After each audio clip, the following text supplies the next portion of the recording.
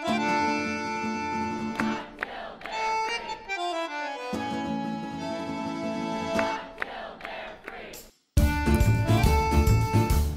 yay, oh yay, oh yay, oh yay, oh yay. Willkommen, bienvenue, welcome. No, this is not cabaret, it's Think About It, a podcast about the power of ideas and how language can change the world, with Uli Baer. Let's say a university decides to adopt absolute free speech rules.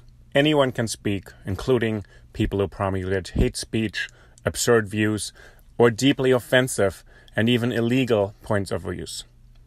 Has a university then done its job fully? Has it created a free marketplace of idea that works for everyone? Professor Corey Brettschneider, who teaches political theory and public policy at Brown University, disagrees. While he thinks that absolute speech rights should prevail, he also thinks the university has a second obligation. The university has ways of speaking, of expressing its values, of making them unambiguously clear. He argues that universities can indeed and must indeed speak when they have such rules that all speech should be permitted. I speak with him about these issues that he's addressed in other works.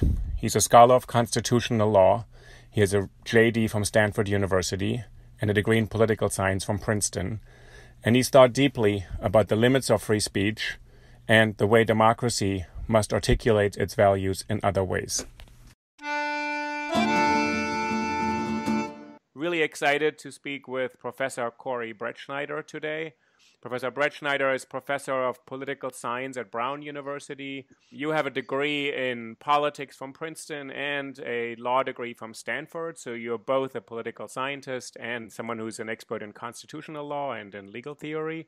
Thank you, first of all, for joining me today. My pleasure, and looking forward to the conversation. So, Corey, you're the author of two really important and interesting books that seem to have gotten more relevant recently. One is out, one is coming out. The first book that you published a few years ago, When the State Speaks, What Should It Say? How Democracies Can Protect Expression and Promote Equality.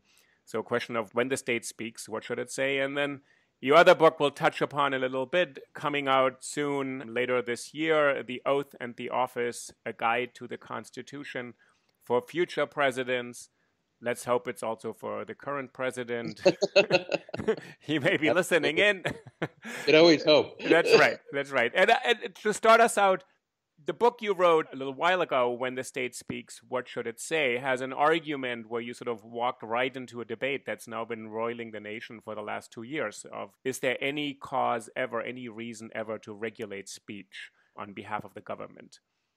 Right. So could you say how you got into this topic and why you picked this area? And in your subtitle, you say to protect expression, free expression, and to also promote equality, those two values. Exactly.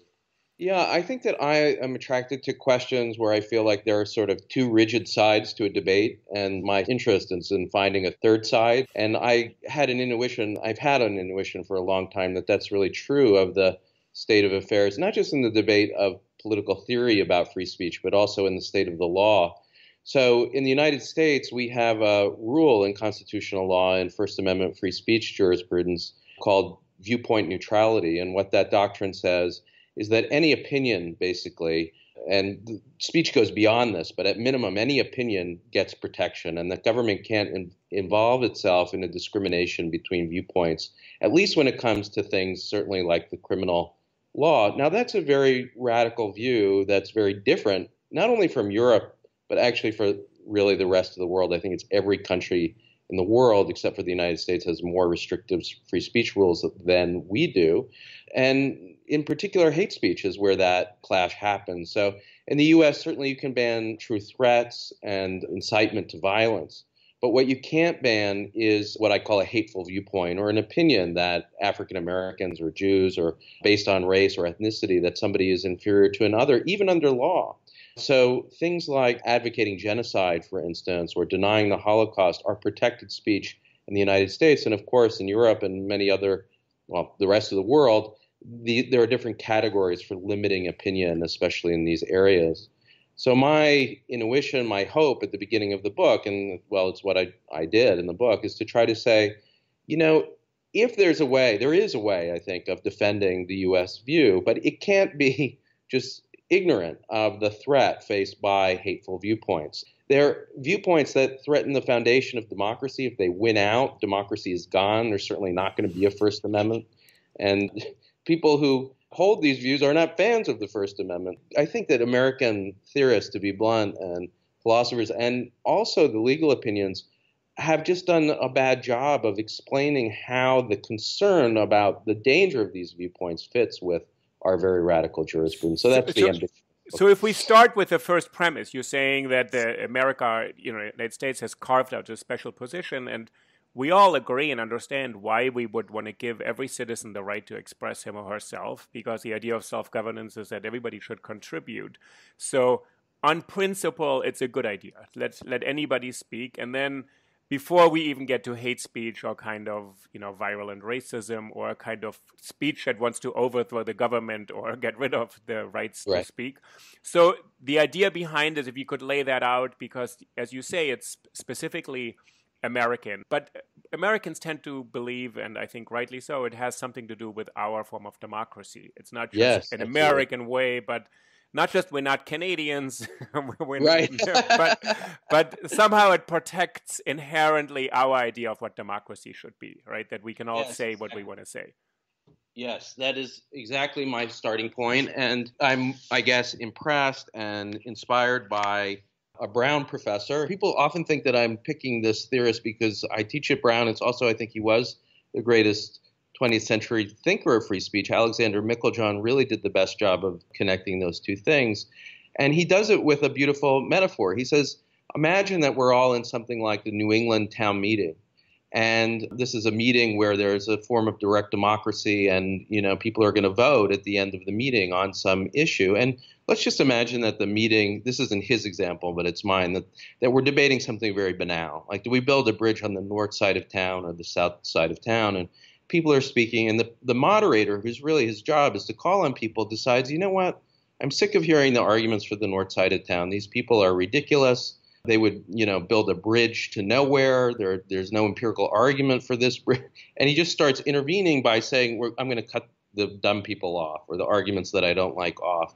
Now, intuitively, and this is Meiklejohn's example, but I'm pulling it out, there's something wrong with that, not just because it interferes with the right of the speaker in a democracy, but if you're going to vote north or south and you can't hear half the argument, then how are you going to be able to make a vote as an informed citizen? So that sort of intuition pump, that story, that metaphor, helps us to see why, as listeners in a democracy and as speakers, you have to be able to hear all viewpoints. Now, that includes, in my view, viewpoints that are really opposed to the foundational ideals of the United States constitutional system, arguments against democracy. All of these things are things that I think we need to be able to hear, even if they are, in the moderated word, stupid or wrong or hateful. So what's being protected is both the right of the individual speaker and the right of everybody else to hear every opinion out there. Absolutely. And to be sure we don't accidentally or deliberately suppress one position, which we may not know yet is maybe a good one or an important one or an interesting one. So we are trying to put information into the system from as many places as we can, and we don't want some magistrate, some town hall, someone presiding over the town hall or the government with force to be able to say, you can't speak any longer here, you're done now. Absolutely. I mean, we're often used to thinking about free speech as sort of a right of personal expression or artistic expression. What this does is it grounds it centrally in democratic legitimacy, and from the beginning makes it part of the question of what it means to, in the first place, have a democracy. So, what's powerful about the metaphor is if there was a vote at the end, it would look like a Soviet-style vote where it's pro forma. It's not a real debate. It's not what I would consider a legitimate or a real democracy. And the point you just made about legitimacy, so that's your favorite theorist, so that's Alexander Meiklejohn's idea that otherwise democracy is not legitimate because it's not based on informed consent, that actually we all ultimately agreed to be governed in a way, but we all had a way to participate in this process, this option, presumably thinking we all adult citizens who have a vote and who can participate and share equally in information and exchange, right? So this legitimacy, otherwise you end up having perhaps a democracy, but it isn't quite as legitimate as one would want it to be. right? Yes, I think that's right. In the extreme sense, it's not legitimate at all. Imagine no free speech where there's intervention in each of these instances. Told back to the kind of contemporary politics, people might say, oh, this is an abstract metaphor. Does it really apply in American government? But if you look at real cases in the history of the U.S., we certainly have not had this rule of viewpoint neutrality for the entire history of the Republic. It's relatively recent. So if you look at the Debs case, for instance, where Debs was imprisoned for, it's more complicated than this, but broadly for violating an act that made it illegal to speak out against the United States Constitution and to criticize the foundational form of government. Or, cases in which the Schenck case, cases of leftists, basically, who were advocating anarchism or leftist politics. And because the law was crafted in a way that was much broader than the current protection of viewpoint neutrality, it allowed for censorship of people because of their opinion. Now, these were radicals. I think there's no other way to describe it. But in my view, the metaphor extends. If you really want to say you're a democracy, you have to hear the most robust critiques of it. Right. And so we end up with this viewpoint neutrality principle, which, as you say, it's let's say, fairly recent in the history of our country. So it's about 50 years or so. So about 50 years ago, we get this kind of viewpoint neutrality idea that really the government has no business deciding this viewpoint is better than another one, or this one is too dangerous for anybody to really listen to, so we should suppress it. So if it were, let's say, communism or overthrowing the government or some anti-constitutional or unconstitutional idea, we should still debate it, right? Right. So on this side, there seems to be no real quarrel with that. So in some ways, why would anybody worry about this? And why don't you think all liberals just sign up and all conservatives sign up with this? And somehow we have people on all sides who are not quite happy with the state of affairs. So to your second point, so there's some type of speech that poses, is it a theoretical or a real threat to this conception? You know, when I wrote the book, people said it was a theoretical threat. I don't know if there's a website for your podcast, but I'll show you some of the responses at the time. This was a couple of years ago? It came out 2012, and so there have been several symposia in academic journals over the last few years before the Trump presidency. And I'll give you my favorite response. It was something like, I won't embarrass the person, but there is no problem of explicit racism in the United States. So Brettschneider is arguing against a shadow. And, I responded by saying, I think there is. Well, actually, this is really important. I mean, I think we'll get to it. I think actually there are very reasonable people who say the threshold is not met. The danger is not high enough. That even speech we all abhor, that, let's say, violent racism or kind of even you've just said an example, as outrageous as it would be, calling for genocide or calling for some kind of, of treatment, that say there is no threat this would be implemented. We can go back to James Madison in Federalist Papers 55. He said, ultimately, people will be better. There will be more good people rather than bad people in America.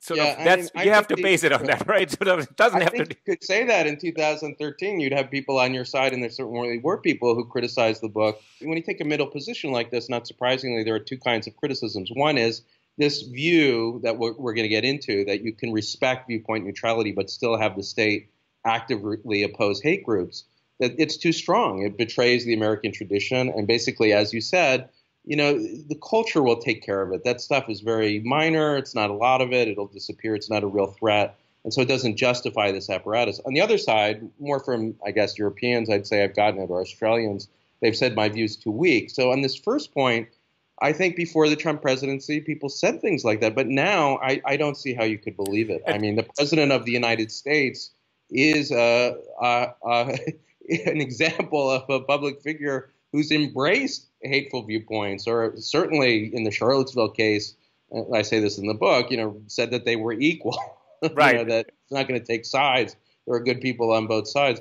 That sort of, it's, all okay, all views are the same. That's a true threat, to the Republic. And that tests the theory that we can say we can tolerate all this speech, but we must never condone or endorse it. But you've carved out a slightly different position. So in your book, So when the state speaks, your position is kind of what you call value democracy, which is slightly different to say it's viewpoint neutrality, yes, but the state must do something else. Right? Could you explain? This is a kind of a new proposal. It's a little bit different, I think, from other people. Yeah, I think it's new. I haven't seen anyone else take this position, at least before. But the view is that viewpoint neutrality is right for all the reasons that we've been talking about up until now. But because of, at the time I said the potential, now I'd say the real present threat of these viewpoints winning out that they pose to the Republic and the opposition really that they pose to the underlying idea of democracy. They are anti-democratic viewpoints, hateful viewpoints, almost by definition. They deny the equality under law of people based on race and gender and I'd add sexual orientation. Can we stay there for a moment? Can you explain it a Yeah. bit more? So an anti-democratic viewpoint. So what Yes. we want to get to is to say, is it just a viewpoint, but to just define what is anti-democratic about it, or what it goes against what principles? I would say that one of the core, just in the American context, I'll put it this way, one of the core principles, maybe the core principle of American democracy is the idea of equal protection under law. And what our 14th Amendment did in transitioning us in the 19th century after the Civil War from what was, I think, clearly an undemocratic constitution to a democratic one is a principle of inclusion that says we're not going to basically demean you based on your race or your gender or your sexual orientation. So imagine to go back to our metaphor, that the moderator, this is an even more kind of absurd example of a moderator limiting people in an undemocratic way, doesn't allow African Americans to speak. Well, that cuts against the core idea in democracy of inclusion. And I don't mean by democracy, I should say, I'm talking about legitimate democracies, not just something that has the form of the democratic procedures, but that has the fundamental values of democracy. And that includes a non-discrimination principle, an idea that we're equal under law. And hateful viewpoints, the way I define them, are opposed to that idea. Can you say something about equality? You say the 14th Amendment, so that just was ratified 150 years ago this month, actually, 1868, right, July 15th. So it's ratified much later, which means it actually revises or teaches us how to look at the entire Constitution. It doesn't mean it's lesser because it's number 14.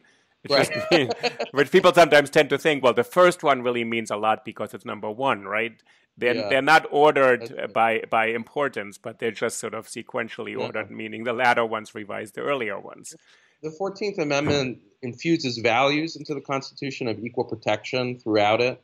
It applies the Bill of Rights to the states. It reorders our constitutional values in a fundamental system. I mean, I think it's continuous with many of the principles of the original Constitution, and many of the framers had this idea of equality, but there was slavery before it. And so that's when I say it was undemocratic. I mean, in this very blunt sense, it was a dual system of apartheid for some people and democracy for others. Can you say something about the words in the Declaration of Independence that Daniel Allen has written about quite a bit? We hold these truths to be self-evident, that all men are created equal, that they are endowed by their creator with certain unalienable rights, that among these are life, liberty, and the pursuit of happiness. So equality shows up earlier than the 14th Amendment. So this is that text for you as a political theorist and a legal scholar as significant? It's not for constitutional lawyers, perhaps. It's the Declaration of Independence. But does it inform this debate at all, where equality fits into this? I think so. I mean, it's the foundational statement of what the Republic is supposed to be about. And of course, Thomas Jefferson was a slaveholder, and so there is a fundamental, I mean, calling it hypocrisy understates it, a kind of evil contradiction between the values of equality and what they actually did in the original Constitution. And to me, the Protection Clause is a way of beginning, it's not certainly the end of it, to make good legally on this principle that wasn't unfortunately enshrined into law in the Constitution. In fact, we did the opposite with the 3/5 compromise, the postponement of the discussion of making the slave trade illegal. There were a number of provisions that basically just ignored the equality idea. So that's why the 14th Amendment is so important. So we've got this value of free speech in our First Amendment, and then we've got this value of equal protection in the 14th. And a way that some people talk about balances. I think that's been the European approach, that you can do both. And I'm not trying to do that. I'm trying to keep both the absolutist approach of the First Amendment free speech protection and a way of giving value to the commitment to equal protection. And that's where you come in and you say this is where the state not just can use its expressive capacity, it cannot just speak, it must speak and say something. So you want to maintain a kind of absolutist commitment to say the state should stay out of the business of regulating speech, except in these unusual, exceptional circumstances, libel, direct incitement to immediate violence, and all of that, the ones that are known to people. Stay out of regulating speech by content. So keep the viewpoint neutrality, but then it must do something else. So how can the state actually speak, if you think about that, which is a metaphor, I guess? Where does that take place? Yes. And thank you for that. You stated it perfectly. It's not just that the state can, but that it's obligated to really, I mean, there's a kind of phrase that's usually attributed to Robert Frost that I think captures it. He says a liberal is a person who can't take his or her own side in an argument. And I'm trying to say this is how actually liberals can both keep that free speech protection in the most robust way, but defend the fundamental values of democracy. And now how can that be done? Government has a variety of ways of speaking, and the phrase state speech comes from a doctrinal area, a very complicated but important one in First Amendment jurisprudence. The idea is that sometimes the state isn't regulating or punishing or doing something that involves private action. It's actually on behalf of itself taking a stand about something. So I'll give you some very easy examples. Public holidays are a very kind of first example of public speech. When we celebrate Martin Luther King Day, what the state is doing, in my opinion, is saying, yeah, there were two sides in the 1960s battling out about civil rights. There were the segregationists and the Bull Connors, and there were the people advocating for the end of segregation and living up more fully to the ideals that I mentioned in the Equal Protection Clause. Now, it would be weird if the state, when it was speaking through its holidays, was neutral, because it would need to have a Bull Connor Day alongside Martin Luther King Day.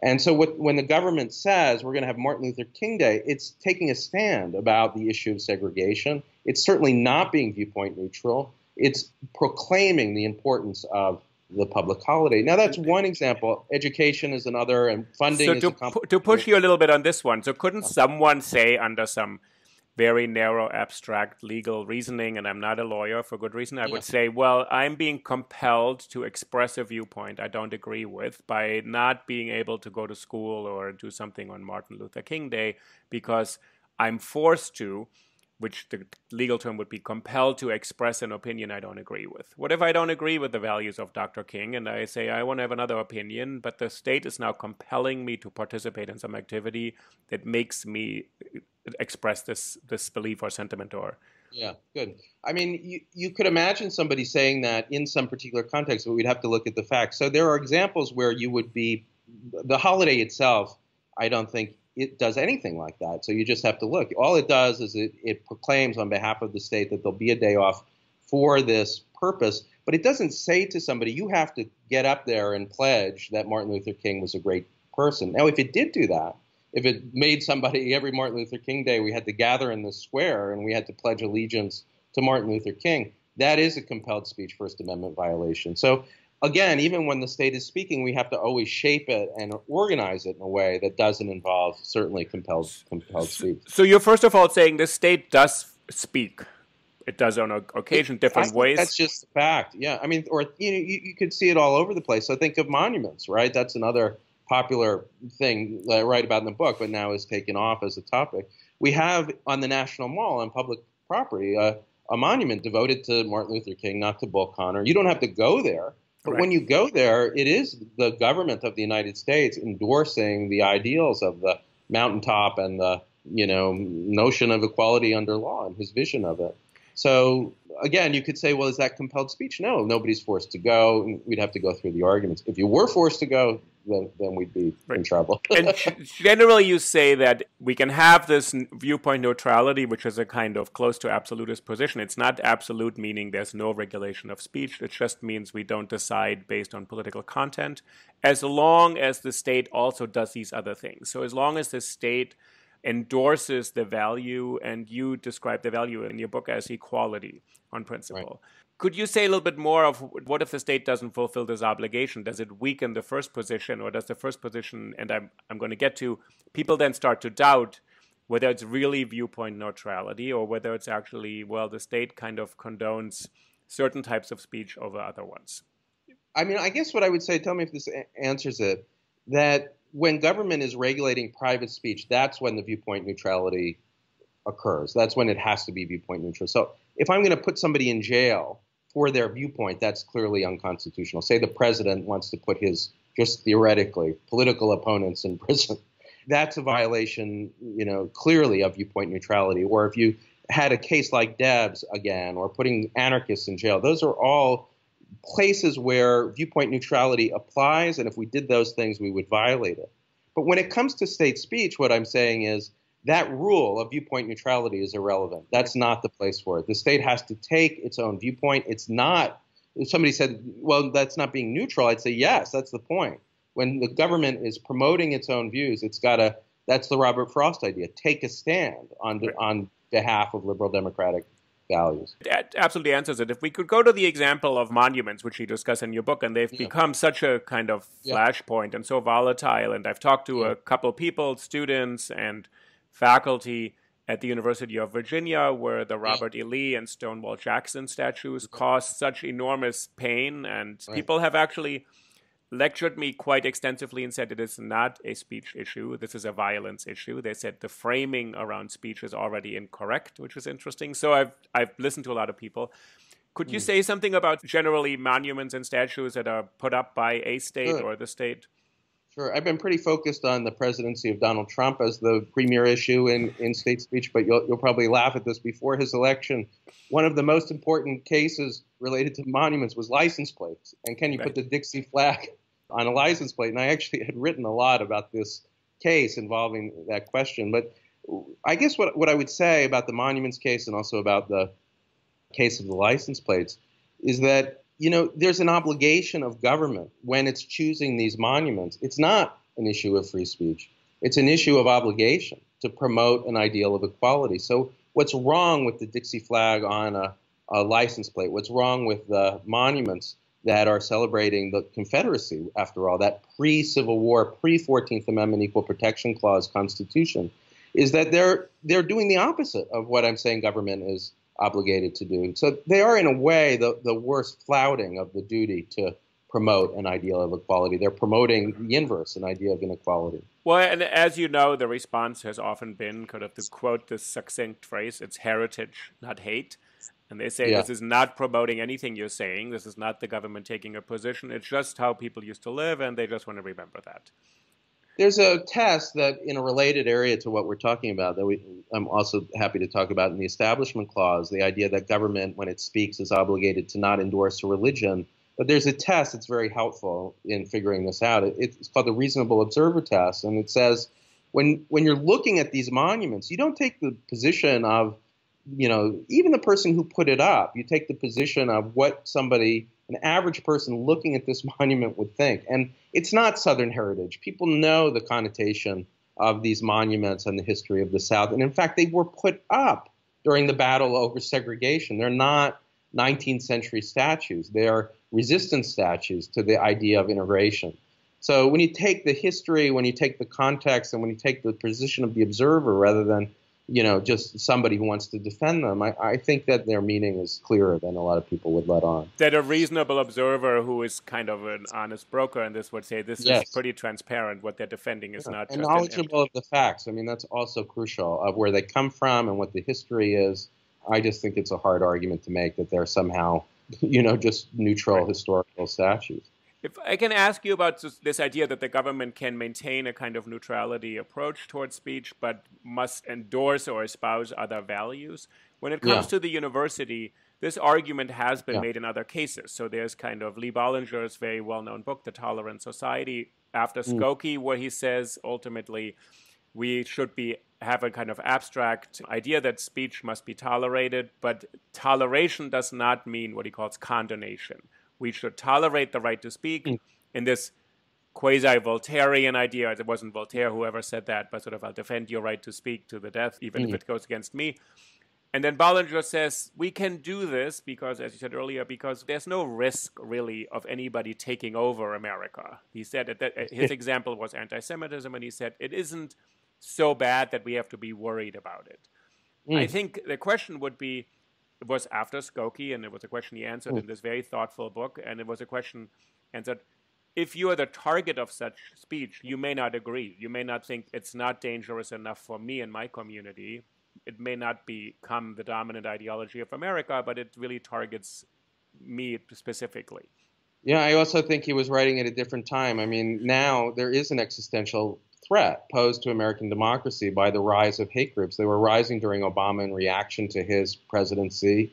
And now there is a third of the country who is supportive of Donald Trump, seemingly no matter what he says and how racist and how antithetical his statements are to democratic values.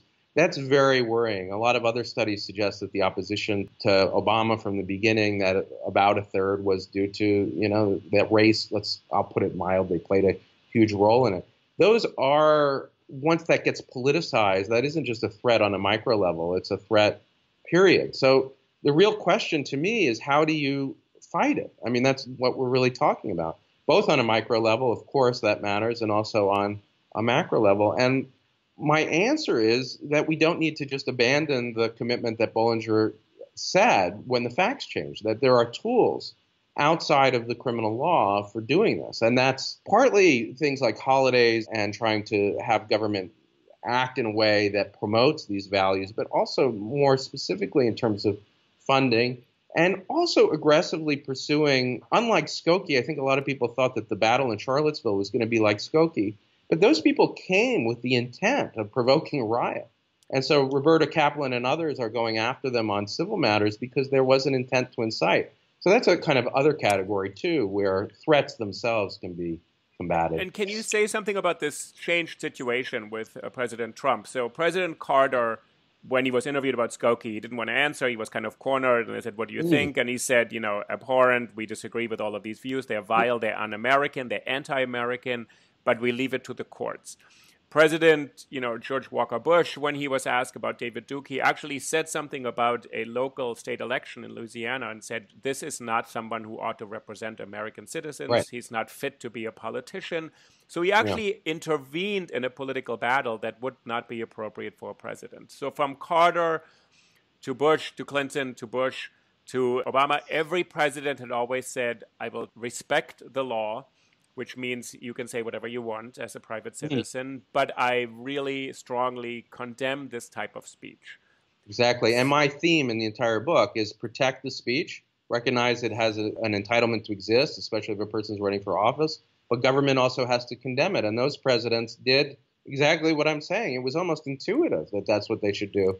So when Trump said there are good people on both sides of the Battle of Charlottesville, the people who came to riot and the people who, were rioted against, it stands out as a violation of the core principle that I'm talking about, that government, the president, certainly a primary role of the president is the bully pulpit. It's to speak. It's to set the national tone, the values.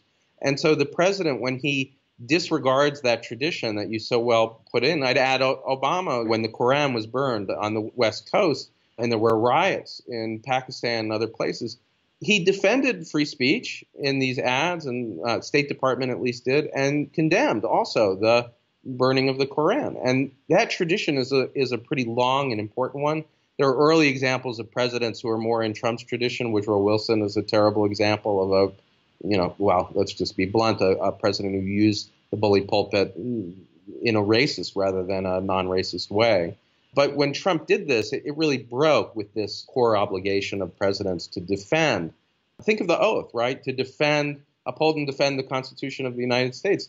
That includes, in the modern sense, primarily the Equal Protection Clause. And yet a president is failing to do it. And I think I've asked this before. I think in a strange way, I actually think President Trump echoed a lot of sentiment that had been quite prevalent and that I'd been actually witness to and directly been subjected to by a huge number of liberals who said, until Charlottesville, you must hear both sides. And he meant to ape or kind of echo this sentiment in a kind of clumsy way because he has this kind of gift to explode politically taboo subjects. Yeah. And he meant to say, there are positions on both sides we should listen to. He ended up saying something really offensive to a lot of people, but I think he actually tried to be in this way of, well, there's two sides to everything.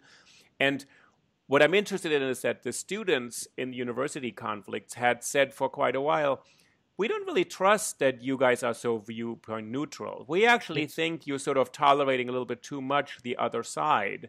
You're allowing these racists to come to campus, and you keep on intoning the First Amendment, but we don't I see see. enough what you say, this kind of core obligation by people in authority to speak out very loudly and strongly against that Yeah. viewpoint.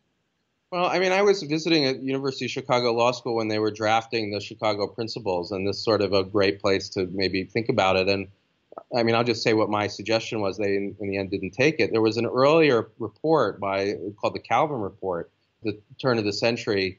Or actually, I don't want to get the date wrong. I think it was later. It was more closer mid-century. But the Calvin Report, at any rate, had a provision in it when it said from time to time when the university's values are threatened, it actually, as a speaker, that was the point, can take its own viewpoint. And so my suggestion, addendum to the principles, the Chicago Principles on Free Speech, which are very neutralist in their way of talking. They basically say the university's obligation is to protect all viewpoints and not to intervene. I agree with that when you're talking about regulating, but I think you also need the university to take a stand against certainly hate groups. So in the Berkeley case, should Milo have the right to come to campus if he's invited by a campus group? Absolutely. But I think the university as an institution also should and can, and people who think the First Amendment prohibits this are flat out wrong for reasons I've explained, condemn them.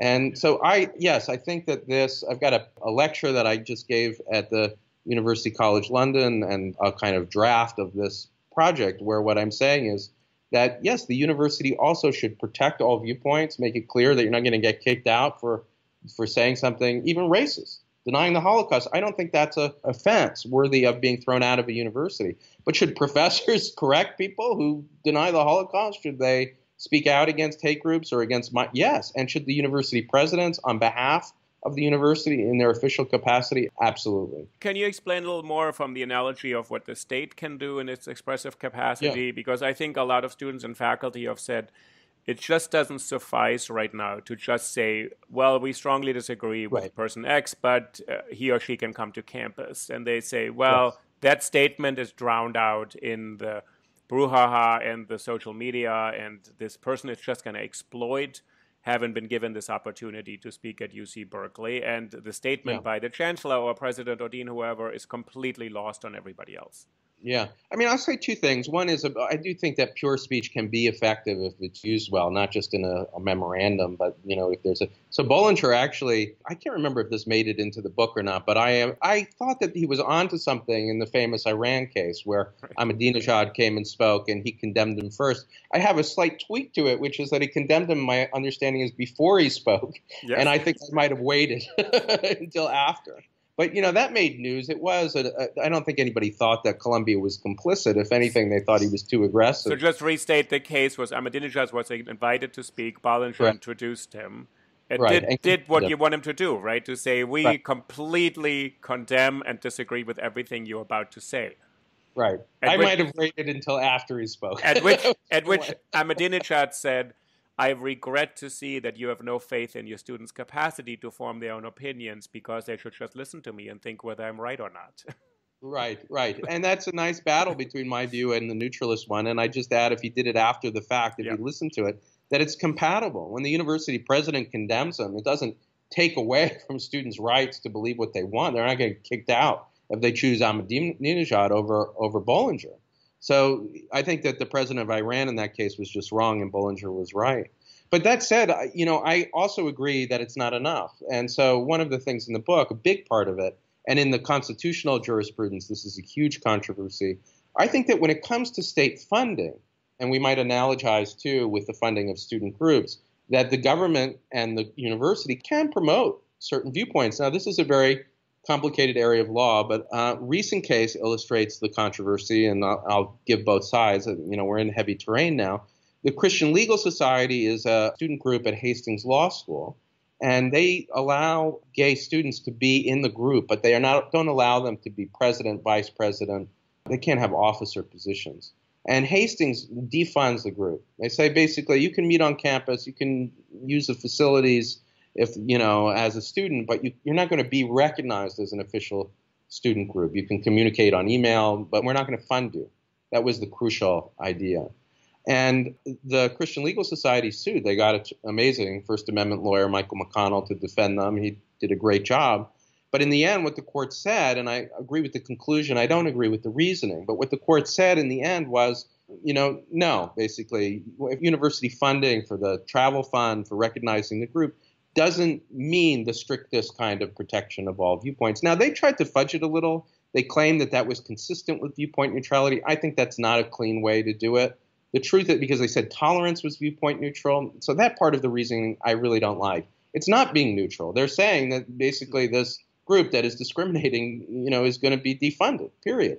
And I think that's consistent with the state speech idea, the obligation to promote values of equality and not others. And I think universities can and should do that, that if a group, if it's doing it, there's an earlier case, for instance, about defunding Christian groups. I think that's discriminatory in itself. It shouldn't do it that way. But if it's saying we're not going to give funds to hate groups or groups that are actively pro-Milo, that's not only allowed, certainly under the jurisprudence, but it's a good thing to do. Right. So that's a way of showing that, it's not this either or. It's not allow it or don't allow it. It's allow it and condemn it, allow it and defund it, promote other ideas. Certainly a anti-racist group on campus that's about the university's values of forming a community, that's tolerant, that's not racist, that welcomes everybody from all backgrounds. That's where the money should be going. And that's not a natural way of doing it. It's interesting, and you keep on going back to this value of equality, which is one in higher education. It's both a legal concept that actually has to be implemented. Right. There's there's certain kind of federal requirements that equality has to be established. And the courts have always struggled in a way to leave universities alone, let them decide how to best educate and do research and create those conditions, but at the same time without violating any equality principles.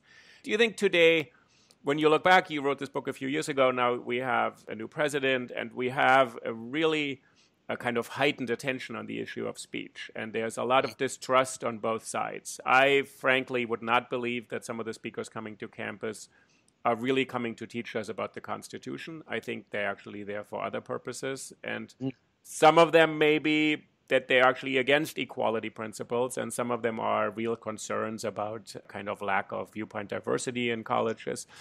But where you said earlier there are modes to counter this. There are more productive ways. It doesn't mean we have to regulate speech the way Canada or France or the UK would, but we can stay Americans, stay the course, even in this time of crisis. So I guess that's your book coming out also, that you are hopefully sending to the White House.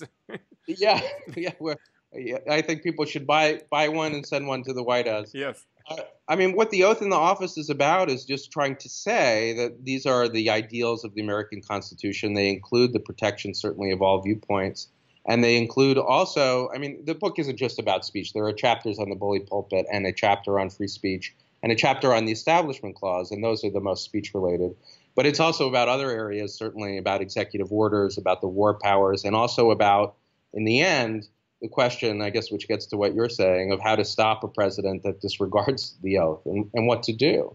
And we have mechanisms of trying to stand up to it. The president can say whatever he or she wants, but if they repeatedly speak out against the Constitution, the impeachment process allows for the removal of a president that violates the oath of office. And I think among the different things that might be brought up in stopping a president, that's one of them. So, yes, there are tools in American government for universities. There's lots of leeway, I think, between the protecting on the one hand and the doing nothing, basically. Right. Are you concerned in some ways, and if you're teaching in a university, when students express to you concern, are you concerned that there's a threat to the long-lasting traditions of our democratic ways of doing things in this current moment? Or is this an unwarranted concern? They say, we'll get through this, no problem, Constitution is strong. I think this sort of nightmare scenario that I'm talking about in the book, I begin the book in the When the State Speaks by talking about two dystopic visions. Right. One is the one that Europeans fear if you have the First Amendment, protection of all people. You don't have the tradition of militant democracy that says, parties are going to be banned if they're Nazi or fascist, and you allow all of them. And the nightmare scenario I call the hateful society, and it's one in which the First Amendment allows for the percolation, I guess is the right word, of hateful viewpoints that spread and take over. Now, I think that when 1/3 of the country is voting for this president, no matter what he says, and when the president, the leader, the person supposed to be speaking on behalf of all of us, says there are two sides in the debate between racists Nazis and their opponents, that is an existential threat to American democracy. So it is imperative that we start to think about mechanisms for stopping it. And, some of it is using counter speech. But in the book, I go way beyond what I'm saying in the specific question of, about the rules of hate speech, that, the states have an obligation in speaking out, in resisting, I think, federal policy that tries to commandeer them. And the Constitution creates not just the right to speak out against the president through the First Amendment free speech protection, but many, many mechanisms to resist. I was involved in the travel ban case, which is about the idea that even though a president can say whatever he wants, he can't make laws based on prejudice. And that's jurisprudence that's very clear that, lawmaking is different from speaking. Political speech, right. Yeah. So, the court's done that repeatedly in lots of cases. There's a case in Florida where they said a city council can't make an ordinance based on the idea that they hate the Santeria. There's a case in Colorado that says that a Colorado law that was based on anti-gay motivation that would strip gays of all their rights, that's not good law. So the courts have been willing to stop it. Now, when it came to the travel ban, I thought, okay, I did an amicus brief with two friends, and we were cited in the Fourth Circuit, and they agreed with us. We were cited by the dissent. We said, if you can't make law or policy based on animus, the president's speech might be protected, his anti-Muslim speech, but he can't make a policy of banning people from coming to the country based on it. And we got 4 votes for that position. We got 4 votes against us, and Justice Kennedy, our crucial vote, sort of didn't want to take a side. He said both sides were right. Voted with the majority, but said maybe we should relitigate this in the lower court. So, that was a disappointing moment. But just because you can say whatever you want doesn't mean that you can do in policy whatever you want. Right. But that's your main argument, is that distinction that you should keep this kind of commitment to robust speech open as long as there are other mechanisms by which you can demonstrate your values. So correct. The democracy has to be able to. Larry Lessig, who I don't know if you've interviewed him, he was my teacher at Stanford Law School, and he invited me to give a talk when he was the head of his center at Harvard, the Center for Ethics. And he introduced me by saying this is going to be an example of militant democracy light.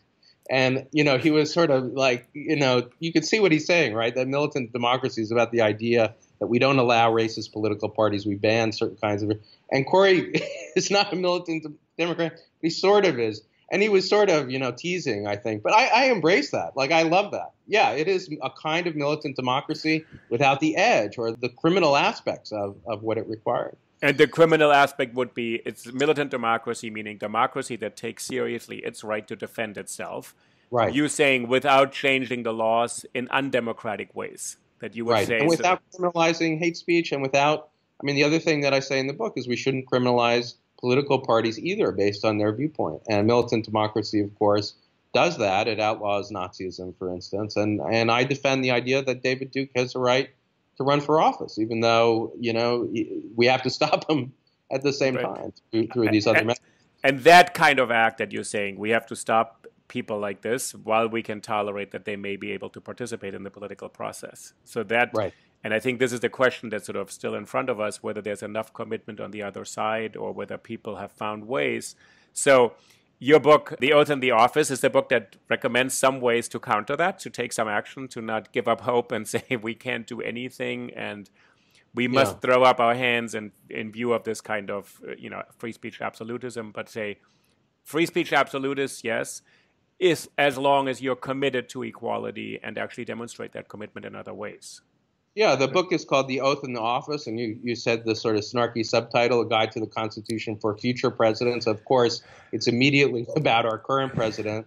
And a big portion of the book is about these mechanisms that we have. Now, this goes beyond speech, but to stop a president who disregards the oath. Not just when it comes to speech, but, in a variety of different ways. One crucial thing, that this takes us beyond the question of speech, but is when it comes in the criminal law, to the question of whether or not the president can be indicted. We're in the midst of a big debate about this. And I take a strong Madisonian, I call it, position throughout the book about constraints on the presidency. There are some who think the president is special. The president cannot be subject to criminal law while in office, criminal indictment. And it looks like this new nominee to the Supreme Court, unfortunately, has that view. And I, in that book, take a strong position on the other side with, by the way, Ken Starr and the nominee's previous position, which was that the president is not above the law and can be indicted in office, and that even though he has a right to speak, certainly, that he doesn't have a right to commit crimes.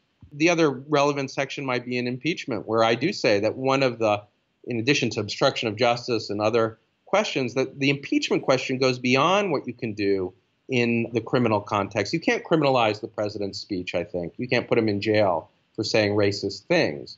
But can you impeach him for saying racist things? I think so. I say that impeachment is not a criminal process. The phrase high crimes and misdemeanors is not meant to convey criminal law. There's no criminal category of high crime. It's about disregarding the oath. So certainly these statements are on the table when it comes not to criminal punishment, but to removal from office. Right, interesting. So the oath in the office is coming out in late August or early September 2018. We may have a new Supreme Court justice at that point confirmed. Yeah.